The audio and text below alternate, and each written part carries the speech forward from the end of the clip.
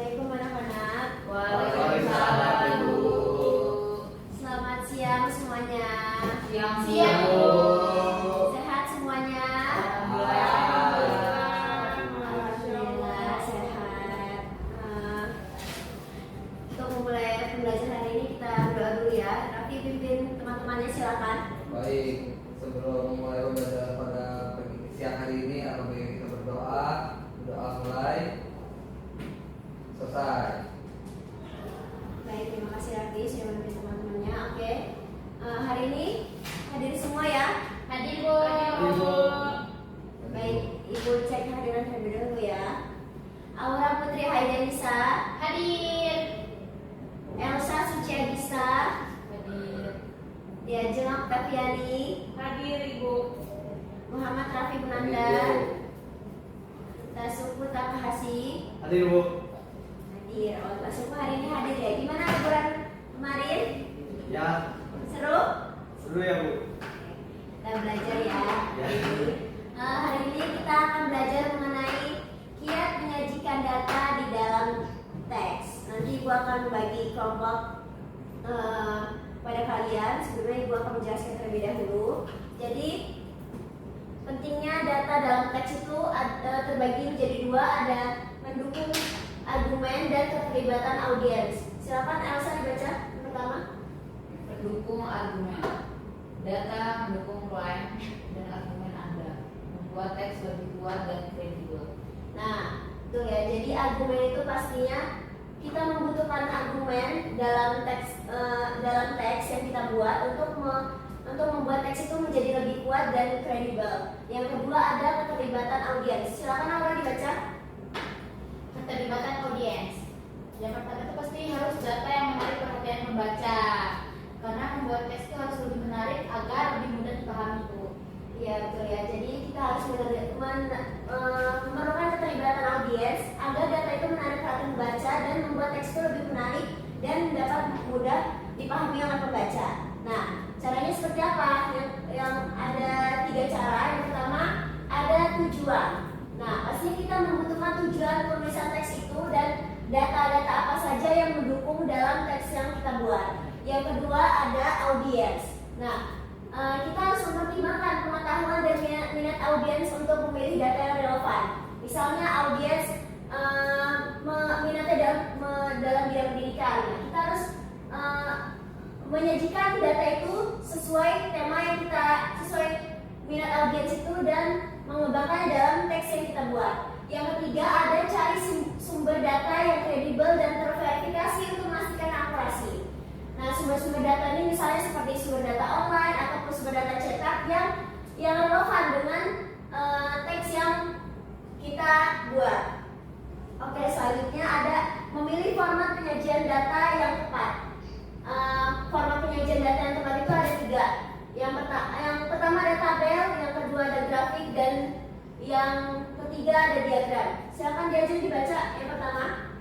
Yang pertama yaitu tabel, Ibu. Kita harus menyajikan data dalam format tabel untuk menampilkan data numerik dengan terstruktur. Ya, yang pertama itu ada menyajikan data dalam format tabel untuk menampilkan data numerik secara struktur. Pastinya kalian sudah mengetahui ya tabel itu seperti apa. Ada kolom, ada baris yang membuat data-data ya untuk menampilkan data yang numerik secara terstruktur. Yang kedua ada grafik. Silakan Raffi dibaca. Nah, grafik itu untuk menunjukkan tren, perbandingan, dan hubungan antara data, Bu. Nah, ya betul sekali. Yang kedua ada menggunakan grafik. Biasanya itu ada grafik ini menunjukkan perbandingan dan hubungan antara data. Yang ketiga ada diagram. Tasuku silakan dibaca.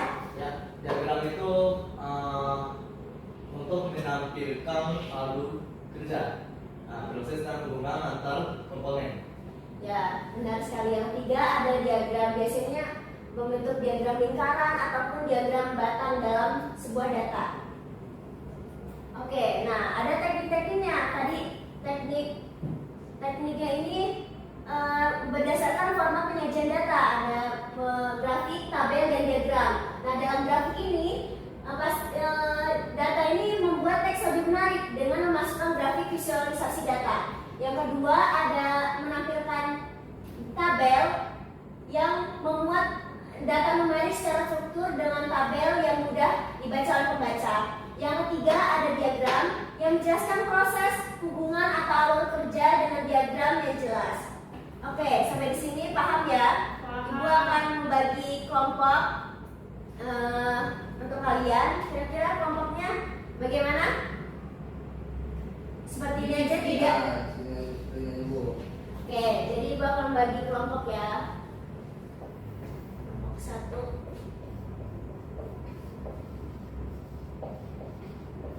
Kelompok 1 siapa? Aura Ajeng. Aura Ajeng. Kelompok 2 Elsa. Oh, mereka 3, Bu. Kamu 3? Ya, Bu. Oke. Jadi tugas kalian adalah membuat penyajian data berdasarkan teks apa saja, tapi bertemakan pendidikan. Oke, jadi kalian bisa memilih kelompok 1 mau menyajikan data berdasarkan apa? Aura, aja.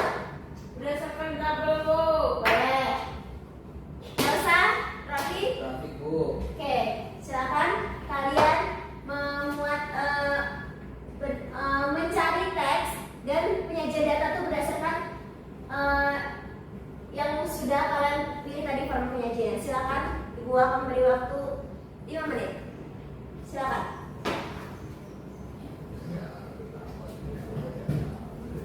Silakan. Sudah paham ya?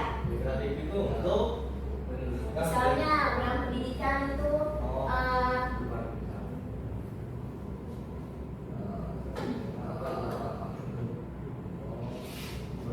Misalnya maksudnya gimana, Bu?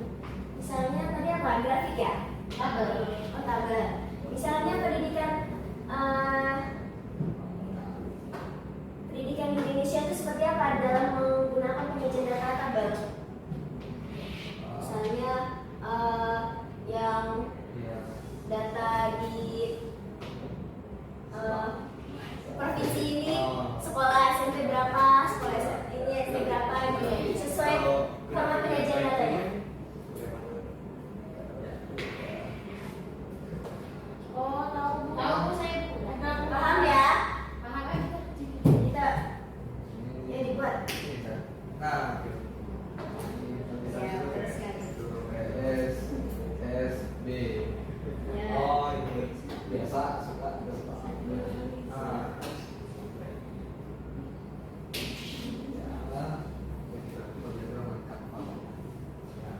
Oh.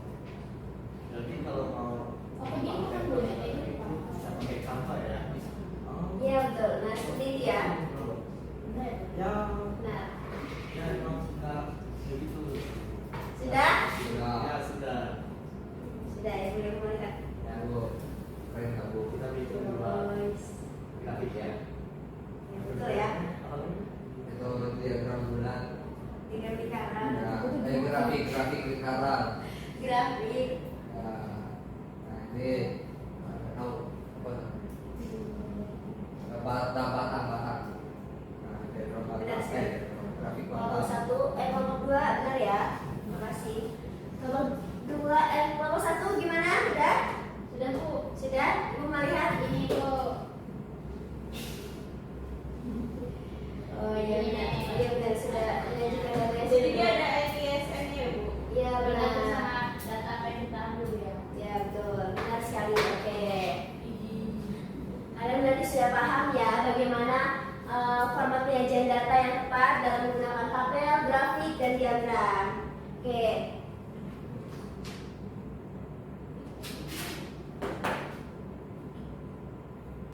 Nah, Ibu akan menjelaskan selanjutnya ada strategi menyampaikan data secara efektif. Ada 3. Yang pertama ada konteks, kesederhanaan, dan visualisasi. Ajeng silakan dibaca yang pertama. Yang pertama adalah konteks, Bu. Kita harus menjelaskan data dalam konteks yang relevan dengan teksnya.